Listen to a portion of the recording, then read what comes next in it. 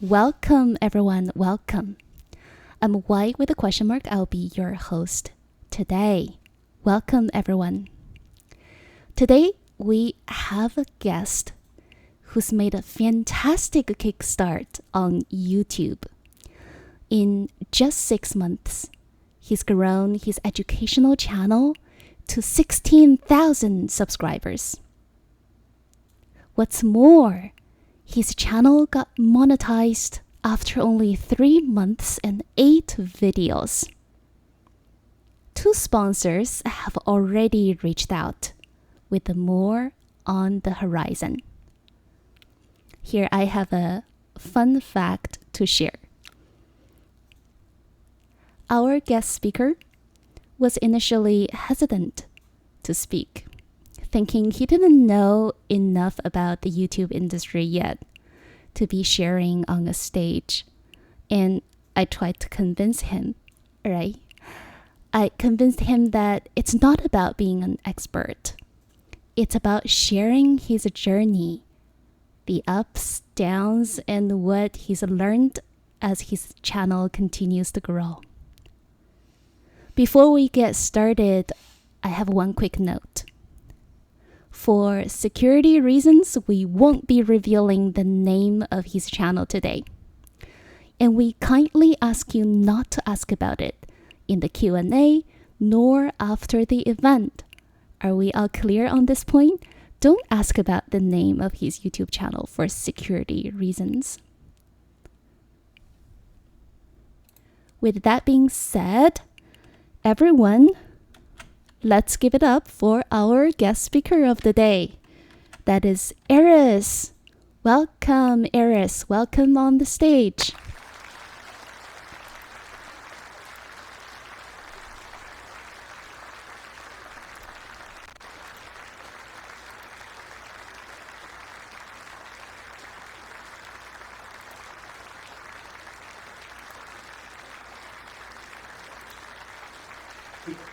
Hello, thank you. Why? Hi.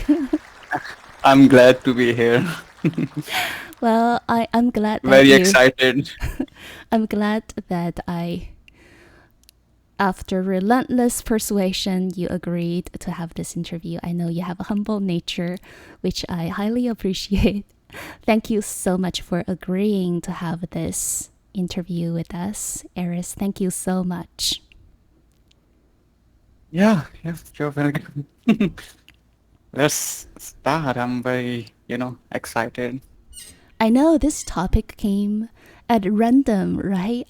We were talking about something else, perhaps related to backstage onboarding, and then one thing led to another. I came to know your success with YouTube. While 6 months in, 16,000 subscribers and 2 sponsors, that's very impressive. How has this journey been like you so far? What surprised you the most along the way? Yeah, I think it's been great and very unexpected. So I actually started it like 6 months ago and then made like maybe 5 or 6, 7, 6, 7 or 8 videos, and then I left focusing on my studies, and then suddenly it started growing, and like people were commenting on the videos, and I was getting views. So I thought I should go back and make more videos and monetize it. So I went back and made more videos, and I then got, oh, I just published like one more video, and then after 3 months, and it got monetized. Like I still remember Mm. I applied for monetization, and then initially it got rejected because I don't know what happened, but then I made an appeal video, and then they successfully monetized my channel. And so far it's been great. I'm learning so many new things about YouTube and education, and about people because of the comments they made. Yeah, so many new things. Oh wow, that was such an interesting detail. So the thing that you were surprised at was actually the success that you received. What was it like? What was that moment like? You all of a sudden realize, oh, I'm onto something. This is gaining traction. Hmm. Yeah. To be honest, I didn't expected that. I mean, I just made videos. I thought, okay, they are not that good. So, but then they started getting views, and I thought, okay, they are somewhat good. Maybe like they are getting views and people are liking. So I was surprised, even though my editing skills were not that good. I was like pretty simple. I learned editing like maybe month ago Mm, using Premiere Pro, mm, and I was just doing that. Yeah. So yeah, I mean that surprised me. Like I'm not an advanced editor, mm. and I'm still like getting so much views. And so when you started, you said you were not a professional editor at all. So you learned a tool. I picked it up with Pro something, Pro Edit. Yeah, Mm. Adobe Premiere Pro. Yeah, it's a Adobe software. Premiere Pro, and Yeah. did not expect all of this at all. Wow, that was such an incredible story, Eris. I've always been curious about finding someone's niche. Eris, did that come to Yeah. you right at the start? So I know that your channel, for members of the audience who are listening right now, the channel is an educational niche focused channel focused on math. So Aris, the question I wanted to ask you, and I'm always been quite curious about, is did you focus on math in a very methodical way? This is my strategy. I want to position here after some market research on YouTube. Or are you like the most of us, zigzag? We start somewhere here, make a video, not getting much views, and then try something else, and then try something. All of a sudden, I got a hit, and then I find my niche. Which way were you? Yeah, I think yeah, it was pretty simple. I wasn't a very big market researcher. I think I made videos which was I interested in watching. So like math was one of them Mm. because I was also a computer science student and struggling with math. So I started learning more about math, and I think I actually read a book on history of mathematics. So I thought, why not? I should make this video. And I also saw one video on YouTube which did well on math. So I thought, okay, I should start with that. So there wasn't any big research or something like that. It was just a random thought. And I actually made 4 or 5 different videos. They were not on math, like they were very different topics, like history or yeah, different topics. But the math one, it started getting a lot of views. So I thought, okay, yeah, so I should make more math videos then. That is so true. Sometimes success comes our way in its mosaic fashion. You had interest in this and that and that, and all of a sudden you connected the dots without much of that planned, methodical approach. That is such an inspiring story, Eris.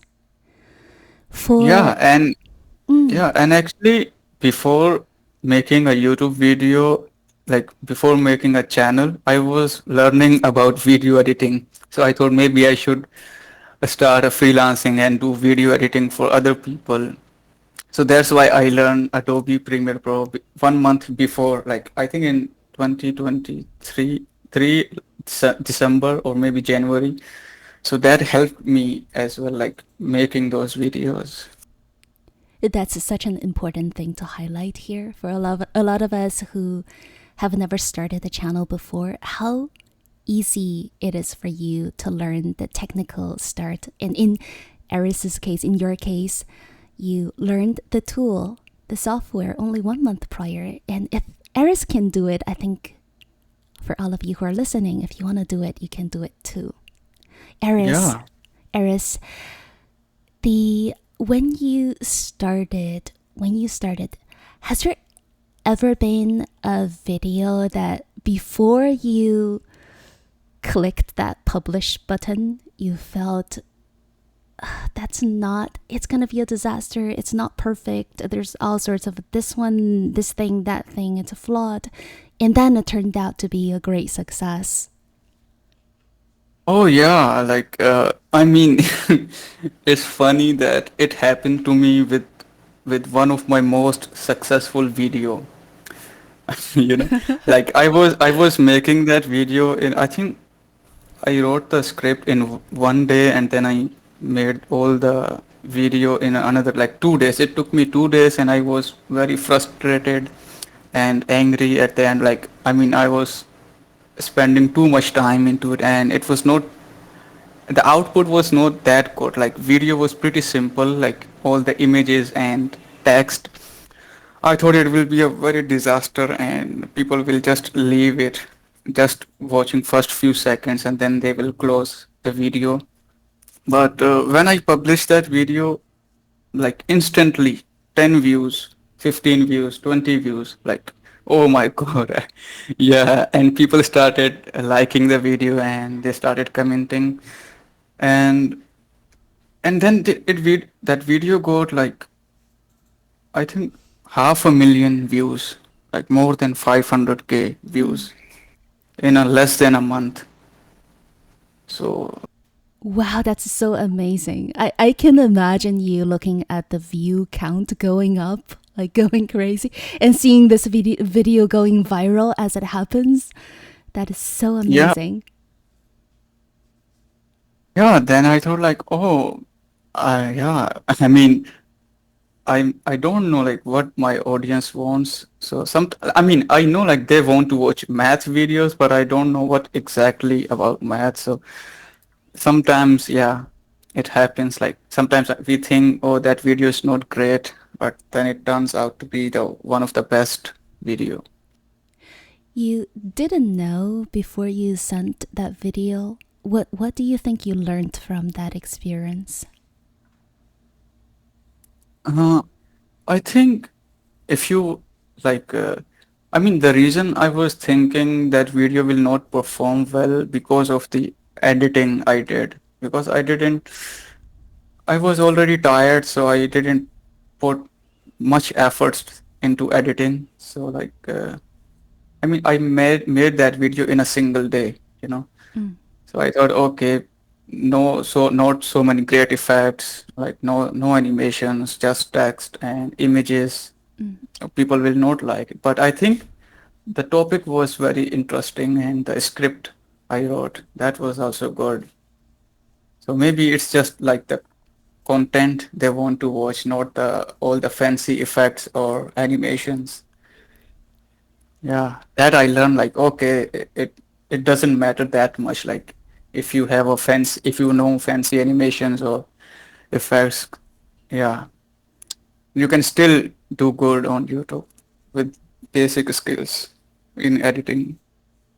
That's such a great insight. Sometimes creators thought this matters the most, and as it turned out, something else matters the most.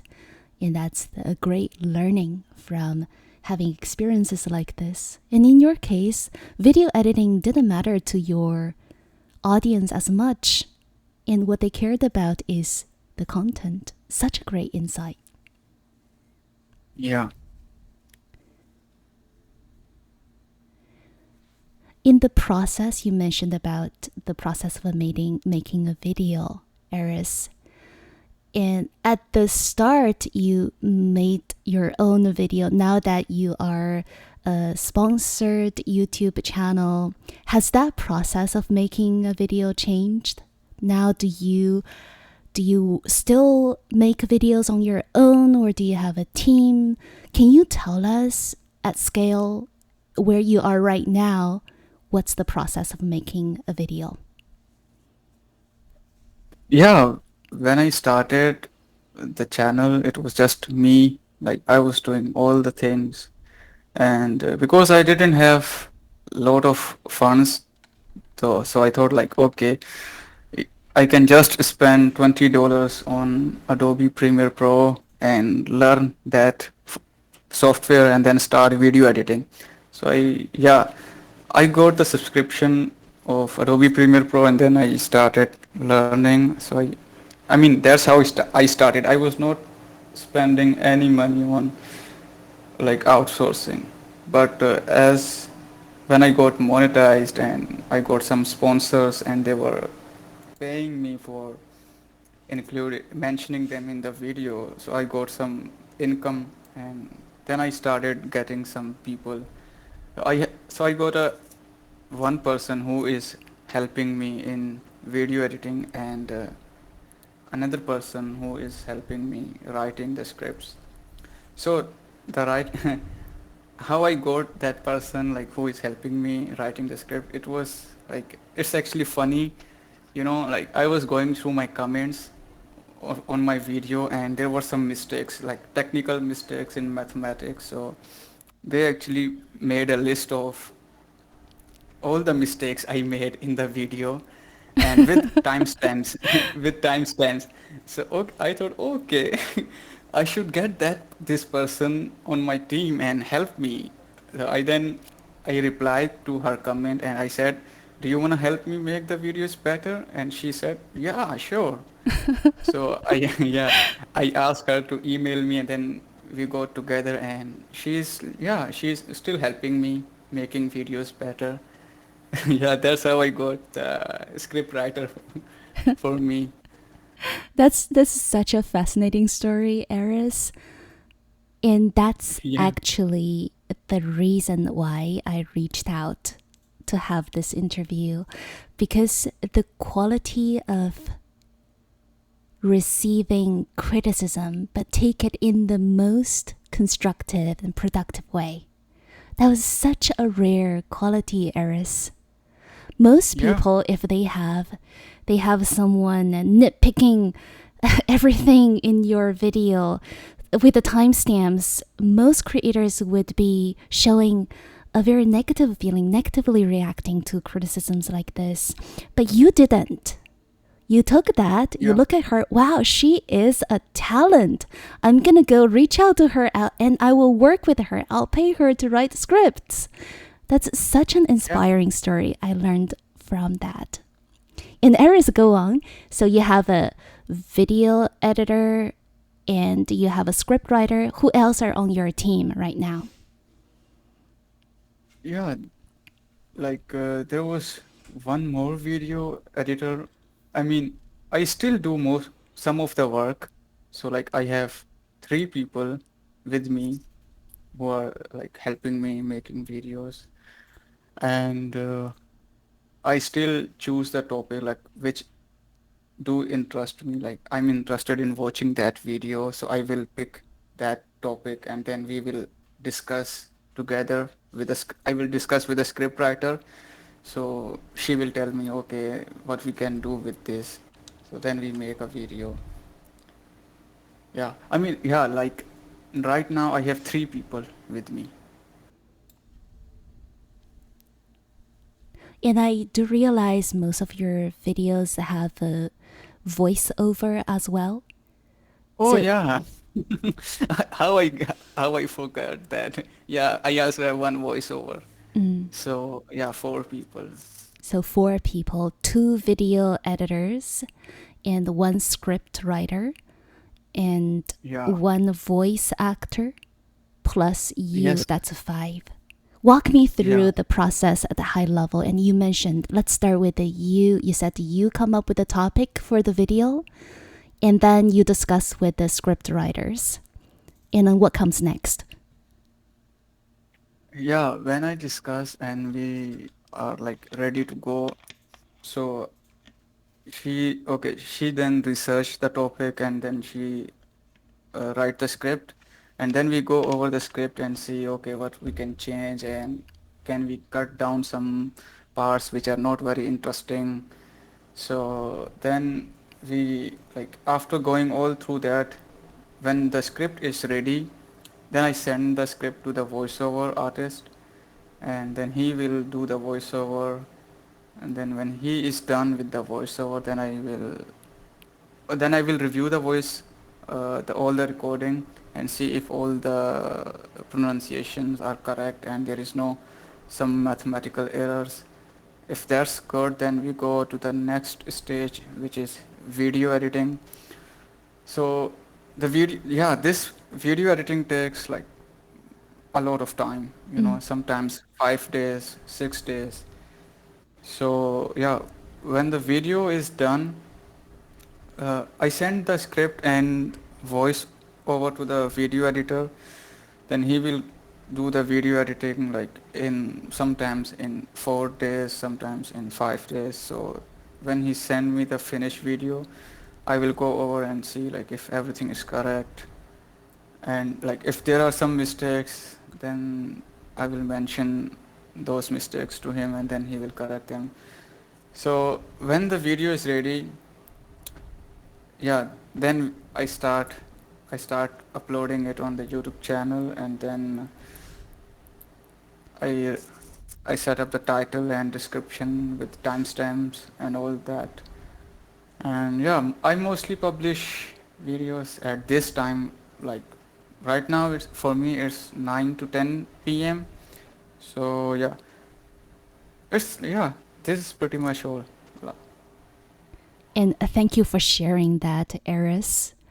Audience members, we are getting a YouTuber 101 crash course from Aris.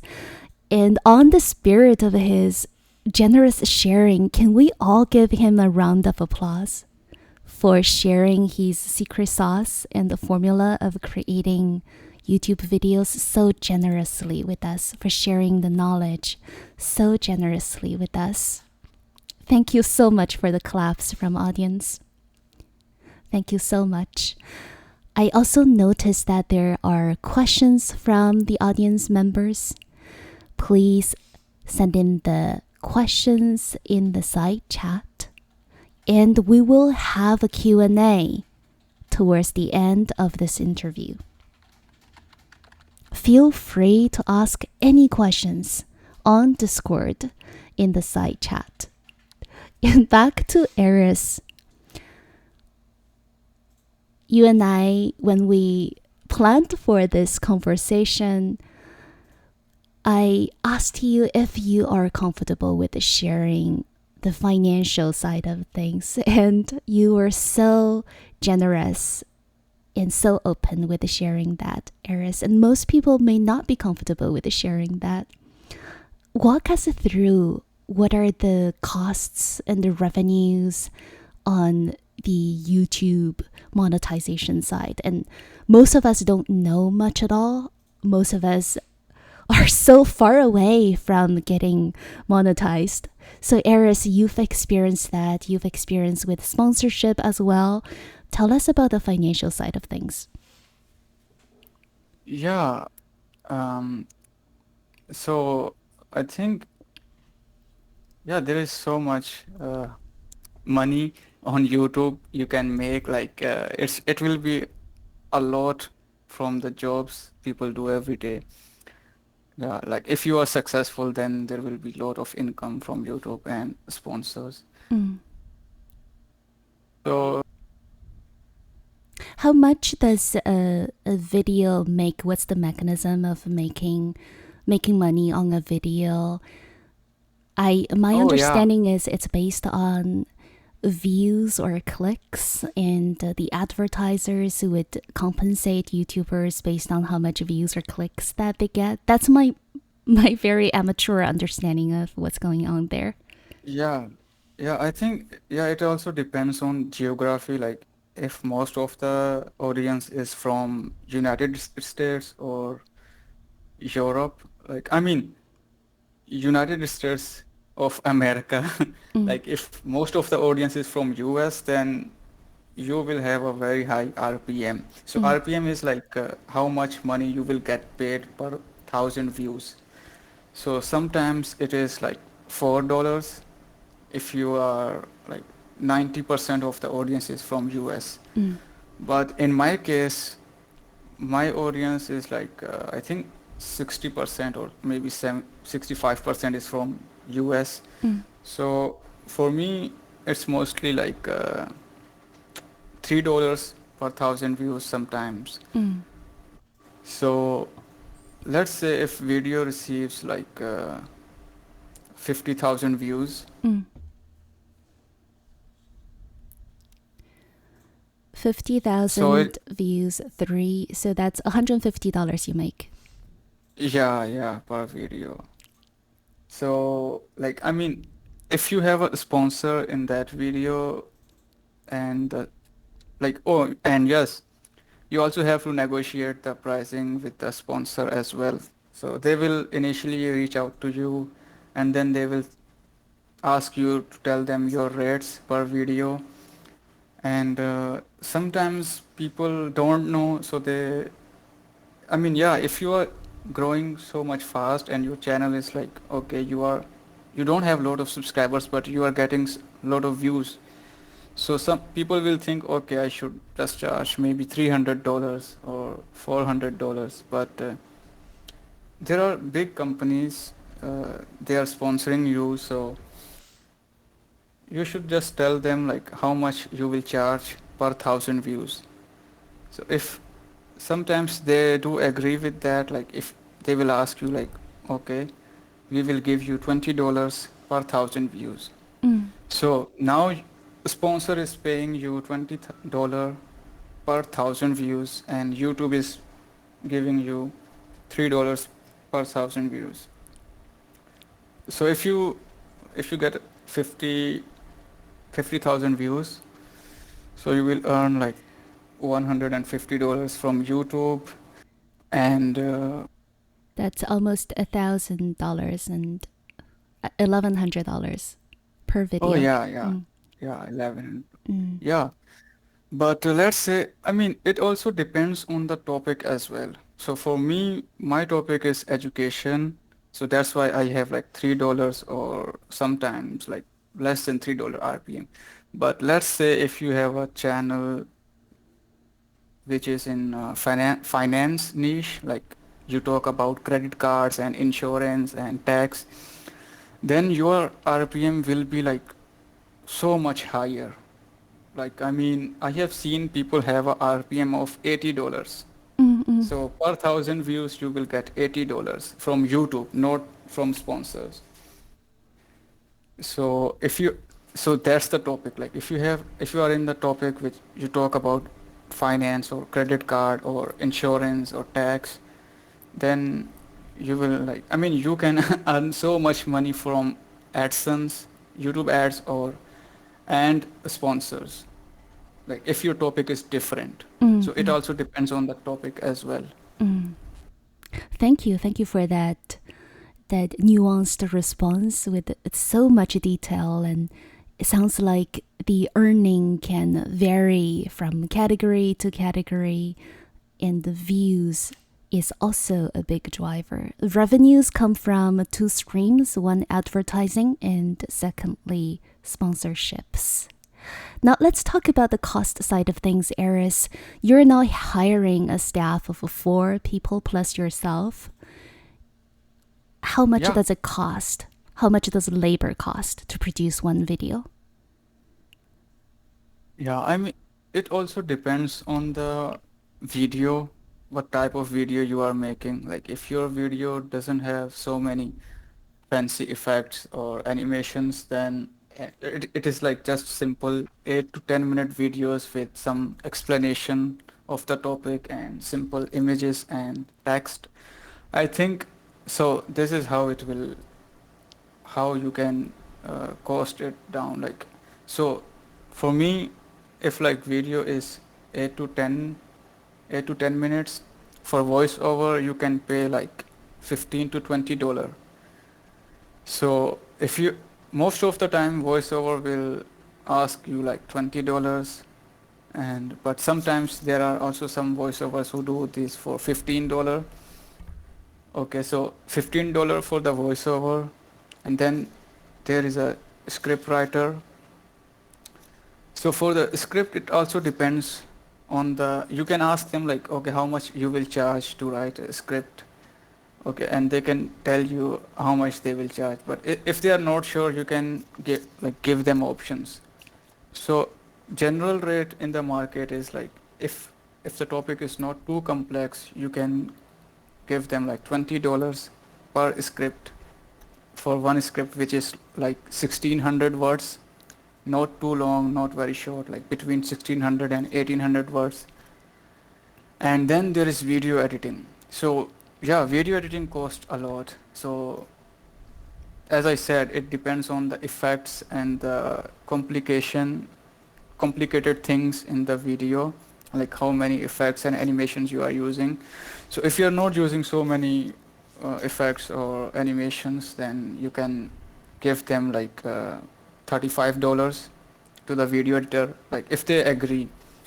So I mean, sometimes video editor will say like, okay, they will do it in $30 or $25, but sometimes they will ask more, like $40 or $50. You can negotiate with them and give them some bonuses as well if video performs well. So like for me, I pay like as my videos are not very complicated, like I give them like $35 for a video editor, and then I also give video editor and script writer a bonus, like if video performs well. So that can be from anywhere between $10 to $100, depending on the views. So if video gets like 100,000 views, you can give them like $10 or $20 views or $20 bonus on top of the fixed price. I love it. I love it, Aris. It's always nice to keep your staff very, very happy and motivated. Even a small gesture like a bonus, a cash bonus, speaks lengths. Yeah. It's about thought. It's about giving credit. It's about being rewarding as a leader. I love that so much, Aris. Now I want to address one of the questions from the audience members. Audience, if you've been listening, you can ask questions anytime as we go. And I also want to give you a heads up that there will be a Q&A session towards the end. Here's a question from Zai. You have an editor, scriptwriter, and a voice actor. But Aris, do you have anyone for thumbnails? Do you consider thumbnails important? And if yes, what qualities do you think are important for a thumbnail? Yeah, I do have a thumbnail artist, but most of the time I make thumbnails myself. So yes, thumbnails are very important. Thumbnails and title, these two things are very important. I mean, when you are on YouTube, so you only see thumbnail and title. You doesn't see the video. I think nowadays people can also hover over the video, thumbnail and video will play, but sometimes, most of the times, people are just seeing thumbnails and titles. So if your thumbnail catches the attention, and your thumbnail will get a click, and if your thumbnail is getting click, then you are getting a view. That means you will be making money. So yeah, thumbnail is the first thing you need to focus on. So I mean, there are basic things. Don't make like very lot of colors. Don't add lot of colors in the thumbnail. Make it like bright. The colors you are using, they should be bright, and there should not be lot of text. Only use minimum text. I don't use lot of text. I only use them on if there is some things which need a name, like if I'm mentioning something in the thumbnail, and I will just put a name of that thing in the thumbnail. Yeah, because and I also use white background. So, but I think you can also use black background, and then make sure the text and the image you are using, they are not mixing with the background. They are like popping out of the background and catching the attention of the user. Yeah, and I mean, thumbnail should be bright. It should uh, grab attention. There should be some emotions. If you are using some kind of like a person or character in the thumbnail, it should have some kind of emotion to it, or or yeah, and it should be bright. Like if it's like just like a very low bright colors, then it will not catch so much attention. I mean, just go on YouTube and see all the successful video and their thumbnail. There are so many. Yeah, is they use so many bright colors, and yeah, they don't use lot of text, only like little bit text. And yeah, and the title, it should also be short and clear, and and yes, you should also use some kind of emotional words, like you see people on YouTube, they are using like all caps words sometimes to make the attention to that word more clear. Yeah, that's how you make the video interesting. Like that's the packaging of the video. If the packaging is interesting, people will click on the video, and then yeah, if your video is not interesting, they will leave.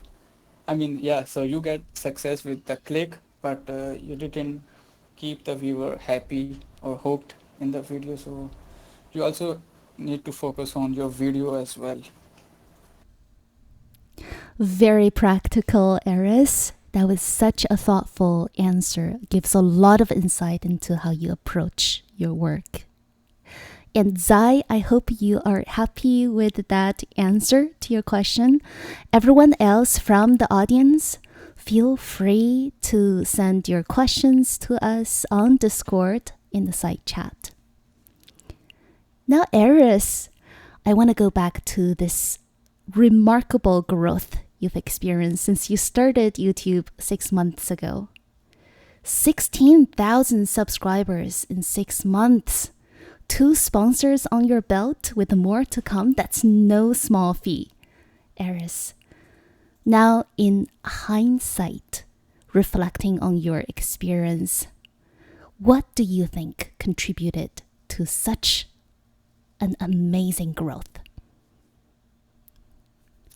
Hmm.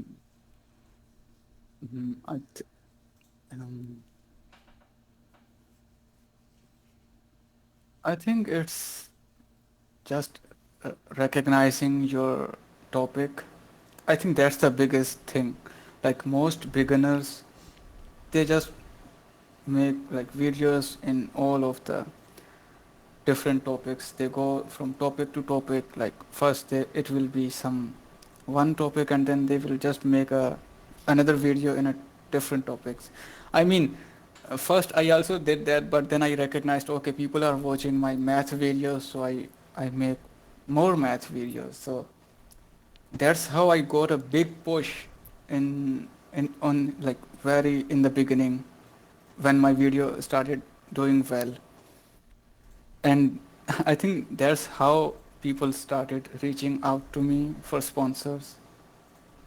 That's the thing, like recognizing your topic or your niche. I love it. And you are absolutely right. This principle applies on YouTube, and it also applies to marketing in general. How you position yourself amongst competitors, and how that positioning is crystal clear to your audience. Aris, you talked about what most beginners do. with the branding, can you also, just on that same train of thought, Aris, can you talk about what are some of the commonly made mistakes by beginners? Yeah, I think the first thing is like not recognizing your topic. Mm. So yeah, you have to realize, okay, which of your videos gets most of views. So if you publish like 10 videos and one video is getting a lot of views, then just see that video and see what what is it about? Like what are people talking in the comments? Are they talking about that the topic you made, or is there something in the video? So yeah, I mean just recognize that thing and make more videos about that topic and see how it does. Well said. That's such a great insight. Following what your audience, their feedback, whether that's explicit feedback or their behavior in the comments section, and follow that insight that your audience is giving you and be responsive to that and be learning from that and adjusting along the way. Such a great takeaway. Yeah. Want to address a question from an audience member.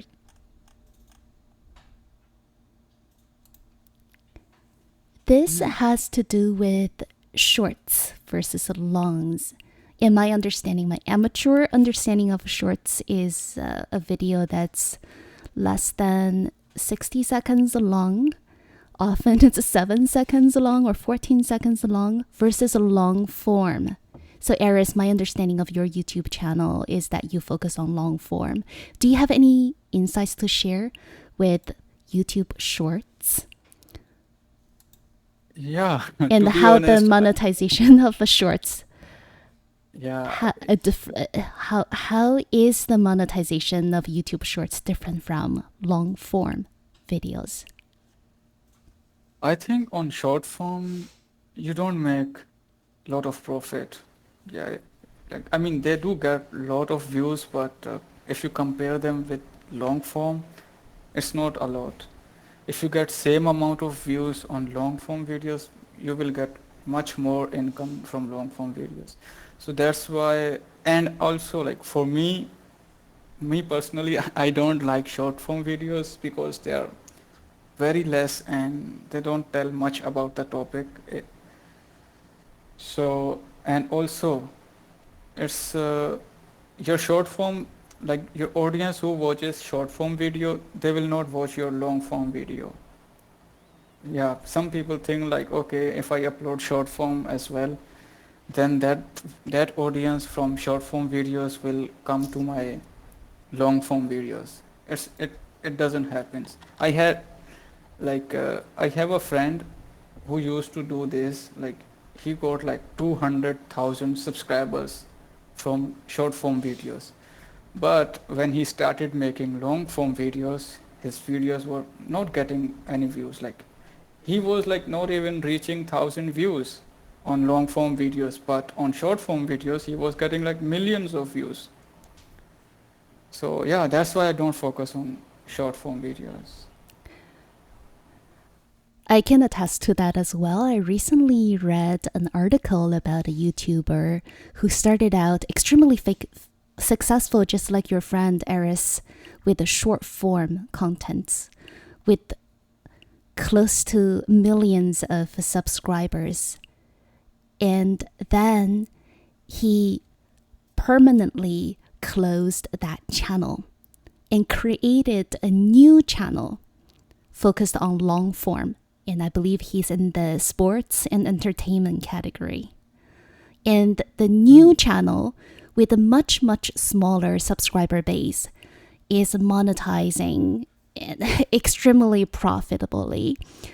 And he noticed that the exact same conclusion that you have on this topic, that is long form does better in terms of profits.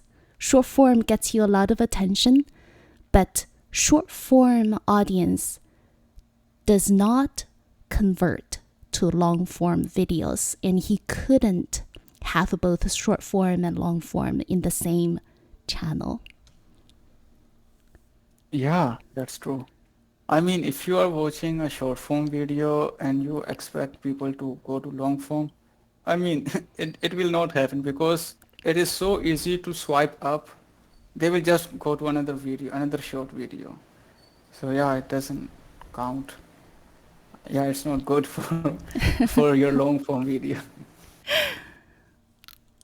You see, I when I thought about this conversation today for the Mouthfuls podcast, as well as our backstage spotlight event series, I thought about almost all of the conversations on this subject focus on the success stories. If you do 10 things, if you follow these 10 steps, then you will make quick money. And I don't want that. I want us to talk about the behind the scenes, the struggles, the challenges. And Aris, I know you mentioned at the very, very start of our conversation that when the success indicators came, you were studying. And tell us what was it like to balance the workload needed for maintaining such a successful YouTube channel with studying, with all of the other priorities in your life? Yeah, I think it's very hard to study and do work. I mean, it's super hard.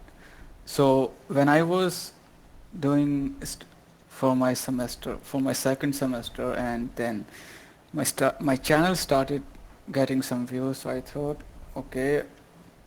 Then I think I stopped my studies for a little while, like I mean maybe 3 weeks or 4 weeks. Then I started working on the channel, and I knew like it's doing well and I should give it a more push. So I started uploading more videos. So when I mean I got a sponsor very fast. It it doesn't happen usually that. Mm. So when I stopped my study for a few weeks, and I was working all on the channel, and then I got some external help. Like I outsourced some of the work, and I came back to my studies. So now it is like I mean it's balanced. Now I can focus on my studies as well while I have some people who are helping me, and I mean now I think now it's easy. Now it's easy to study and do work. So if you have some help from other people while you are doing study. But I think it's very hard to manage both things. I couldn't do like if I mean like if I would didn't like I if I continued my studies, I would have made very less videos, and maybe I still grow like to the same stage, but it would have taken like maybe month or 2 months more. So if I was doing both things like studies and YouTube at the same time, then I think I would have reached the stage maybe a month or 2 months late. So yeah, it also depends on the person. If you can afford to stop your studies for few weeks and continue on the work, continue uh, the work you are doing, yeah, it makes sense. Like I knew that I will have some people who will help me in the future, so I can come back to my studies and complete my studies. I can imagine how difficult it must have been going through that when you were faced with the fork. On one side, the demands of your study, and on the other side, this YouTube channel is gaining success that's very hard to come by for an average person. How did you feel then and there? What was going through your mind? Was it was it confusing? Was it difficult to make that choice? Yeah, yeah, I think it is difficult for everyone. Like if you value your studies and also you want to make a successful business or YouTube channel or whatever, I think then it's very difficult to make a decision. But I yeah, I made that decision very in a single day, I guess. Like I said to myself, like, okay, I'm gonna stop for few weeks and then I will come back because I still had so much time before exam, so I knew like, okay, I can do this and I will go back to my studies after a month and I will still have some time to complete the syllabus. Yes, that was I think yeah, that was it. What a fascinating experience, Aris. It's definitely a part of a journey that most of us didn't expect and wouldn't expect. Let's Yeah. chat about sustainability. I think this is a topic that a lot of us can relate as a content creator. The demand on your time to constantly innovate and produce. And what advice do you have for people to balance the demand on their time, to balance their mental health, and to make that creator journey more sustainable and more healthy over the long run and avoid burnout as well? What advice do you have for people? Yeah, I think it's all about like if you love doing what are you doing, or maybe I mean I always thought about like making a successful YouTube channel, so I was already getting success with it. So I can like for me, I could spend all day doing YouTube and I will still feel good. But I think if I did that for a long time, I would feel maybe little bit uh, like I'm missing out on my social life and I'm not going out that much. Yeah, I think if you if you want to balance, to be like, if you ask me how will I think for myself, for me, until I get some success with the thing I'm doing, I will not go out that much. Maybe I will go out with friends on a weekend, but yeah, that yeah, just only on weekends. So that's for me, but most people are not like that and they will maybe get burned out after some time. So for them, I would say maybe try something else, like get some hobby, start participating in some kind of sports, get some exercise every day, you know. So when you go out and move, you feel better, and then Exactly. come yeah, and then come back and start working on the project you are working. Yeah, that's yeah, I think yeah. I love it. This is so valuable, such a valuable insight, especially for creators who are just starting out. I have made a promise to all the members of the audience who have been listening to address some of the questions live. If you have any questions to Aris, now is the time to use our amazing Discord platform and set your questions in the comment section, and we'll be addressing the questions live. Here's a question coming already. Aris, you mentioned sponsorship and an example of getting paid $20 per 1,000 views from the sponsorship. Is there any form of contract in place, or is it just trust based on what you'll be paid? And do you Yeah, get paid in total when the video reaches its peak and stagnates in views, or in a fixed time frame, like after a week or uploaded of the uploaded video or random times? So the question yeah. is whether there's a contractual relationship in place that the relationship is safeguarded, and the second question is on the timing of payment. Yeah, I think most of the sponsorships which are like genuine, they will ask you to sign a contract. So that's I did sign a deal with the people who reach out to me. So if they are asking just on trust based, don't do them. Like, yeah, don't do that kind of deal which they are not sending you a contract or it is not written.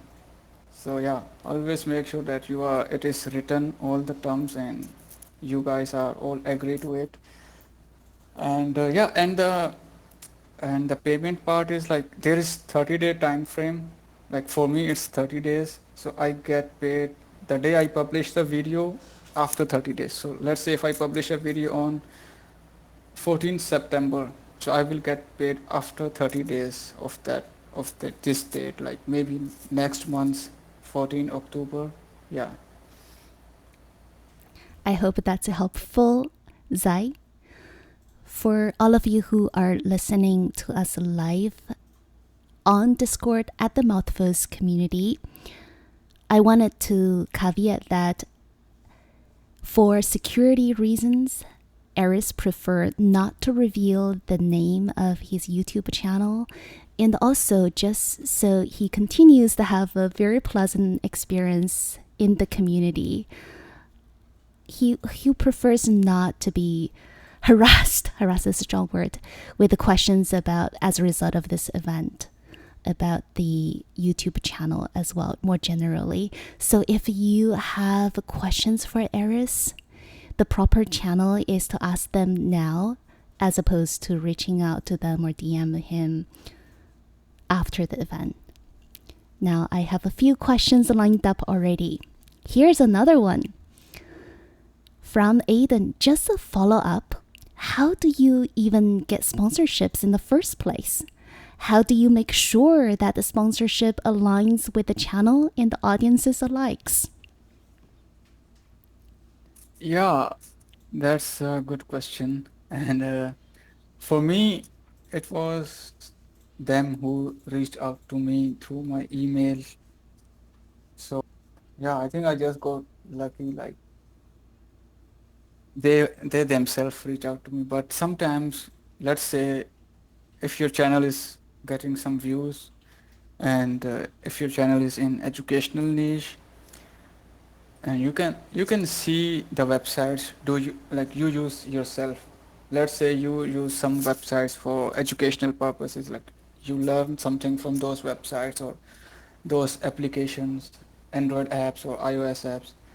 So, and like, okay, this app is helpful for your knowledge or your like you use it regularly, then you should just reach out to those people and tell them like you have a YouTube channel and you uh, can are they open to sponsoring your videos? And sometimes they will say yes. Yeah. And yeah, I think, and then you can negotiate the price and the number of minutes and like how long the ad will be, all that. That was a very helpful answer, Aris and Eden. I hope that that answered your question. Next question is from Paula, also from our Discord platform. I may have missed it, but I'm curious how many views your videos get on average.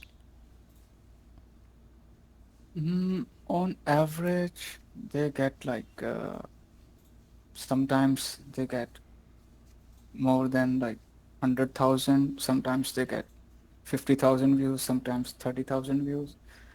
It also depends on the previous topics you made. Like, if if you're testing some new topic which is very different from your usual videos, then you cannot expect a lot of views.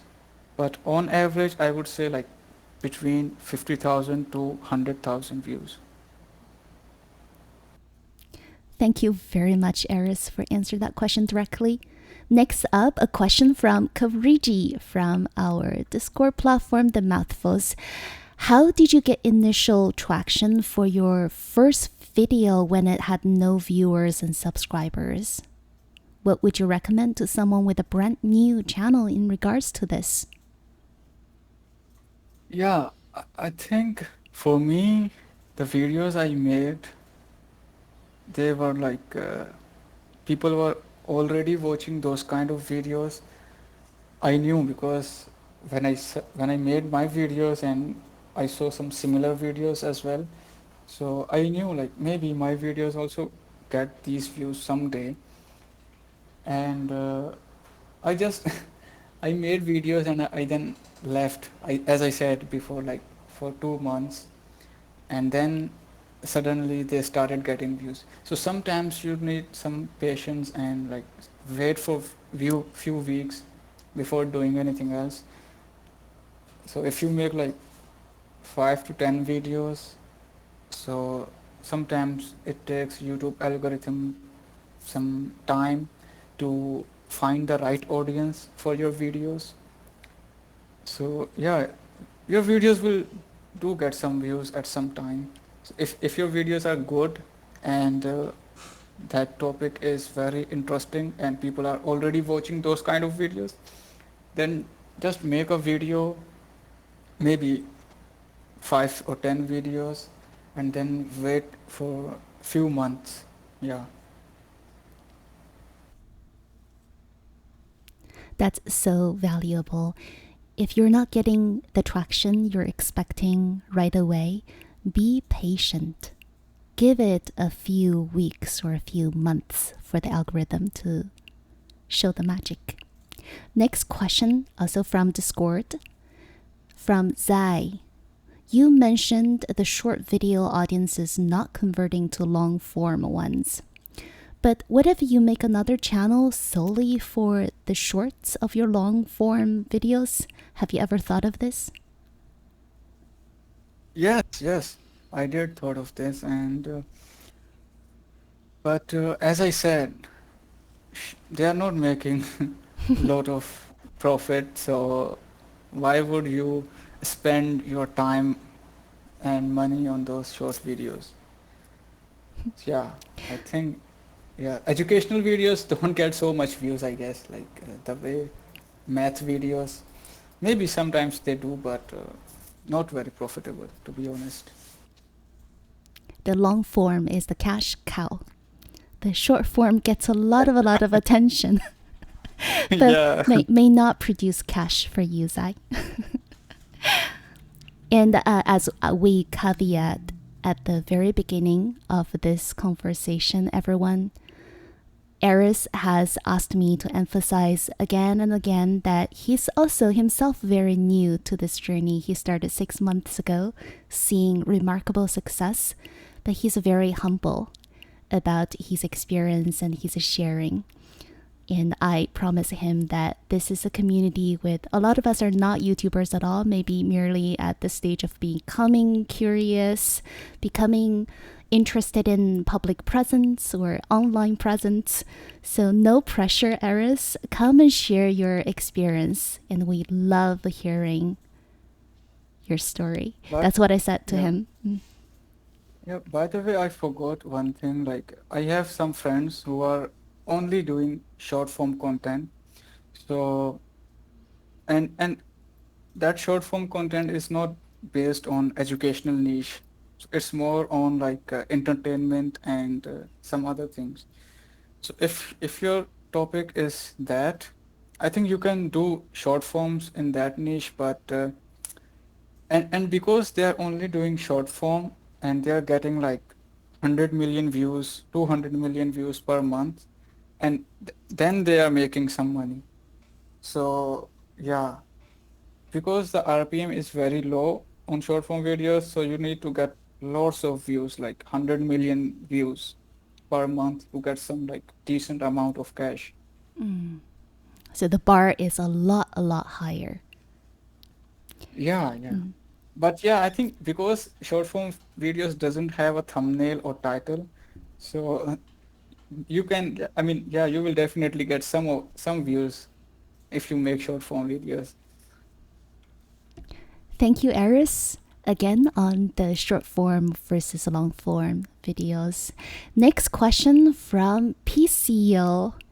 How do I find my niche? I have no idea how to experiment.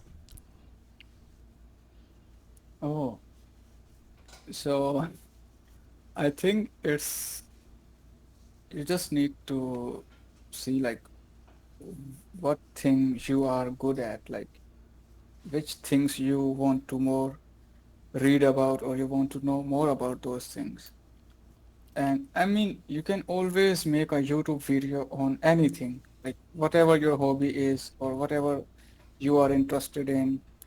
So, yeah, if you have some kind of interest or hobby and just start making videos in that kind of uh, topic, go on YouTube and search things related to your interest, your like the things you want to read or watch video. So if you have like some knowledge about that stuff, I mean, even if your knowledge is if you're not expert, okay, so if you're not expert, you have some knowledge, you can go on YouTube and search the topic, see what other people are doing on YouTube with that topic. And if you find someone who is making similar videos that you want to make, just see how many people are making that kind of videos. So let's say if there are like a lot of people, like 10 channels making the same videos, and they are all getting like maybe 10,000 views, 5,000 views, or 20,000 views. Like if views are not a lot, like they are very inconsistent, like 5,000 or 3,000 or 10,000, then I think it's not a good niche. You should not go into that niche because there is not a lot of demand and supply is already high, like 10 channels already making videos and not getting a lot of views. So what I recommend is like if you can find some topic which you are interested in and not a lot of people are making videos on that. Let's say if you go on YouTube and you only find two people making those kind of videos which you want to make, and they both are getting like lots of views, like 50,000 views, 100,000 views, and like 200,000 views. If you see that, I think then it's definitely good niche to enter and make videos about, because what views indicate is that there is good demand for that type of videos. People want to watch more of those videos. So you should just start making those.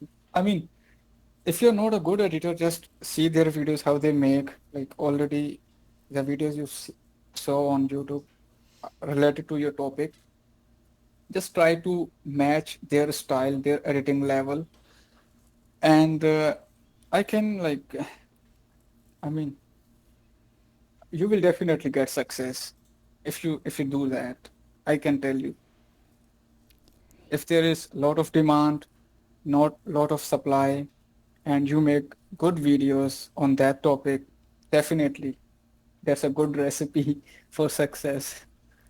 I love it. My I love it.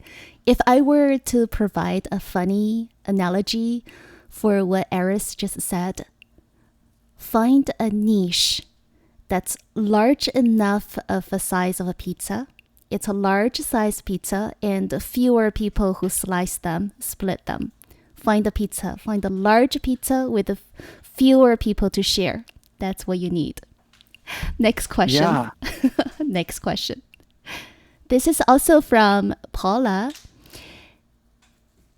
In your math videos, how do you do it? Do you show yourself doing the math, or is it a whiteboard, or is it digital? yeah, it's digital. Like, I mean, yeah, my videos background is white, and we mostly use that background, and then we explain with using some text and visuals like images or icons. we use those visuals to explain things. Yeah, not very complicated, very simple, like very little animations. I hope that's helpful to you, Paula, and everyone else. Thank you so much for showing up to today's event. I would love to give all of us give Aris, the guest speaker today, a round of applause for sharing so generously all of his knowledge on this subject. We've learned so much. Everyone, thank you so much. Thank you to Aris. And thank you everyone for your questions, for showing up at today's event. Thank you everyone. Thank you for inviting me. That was so much fun. Yeah.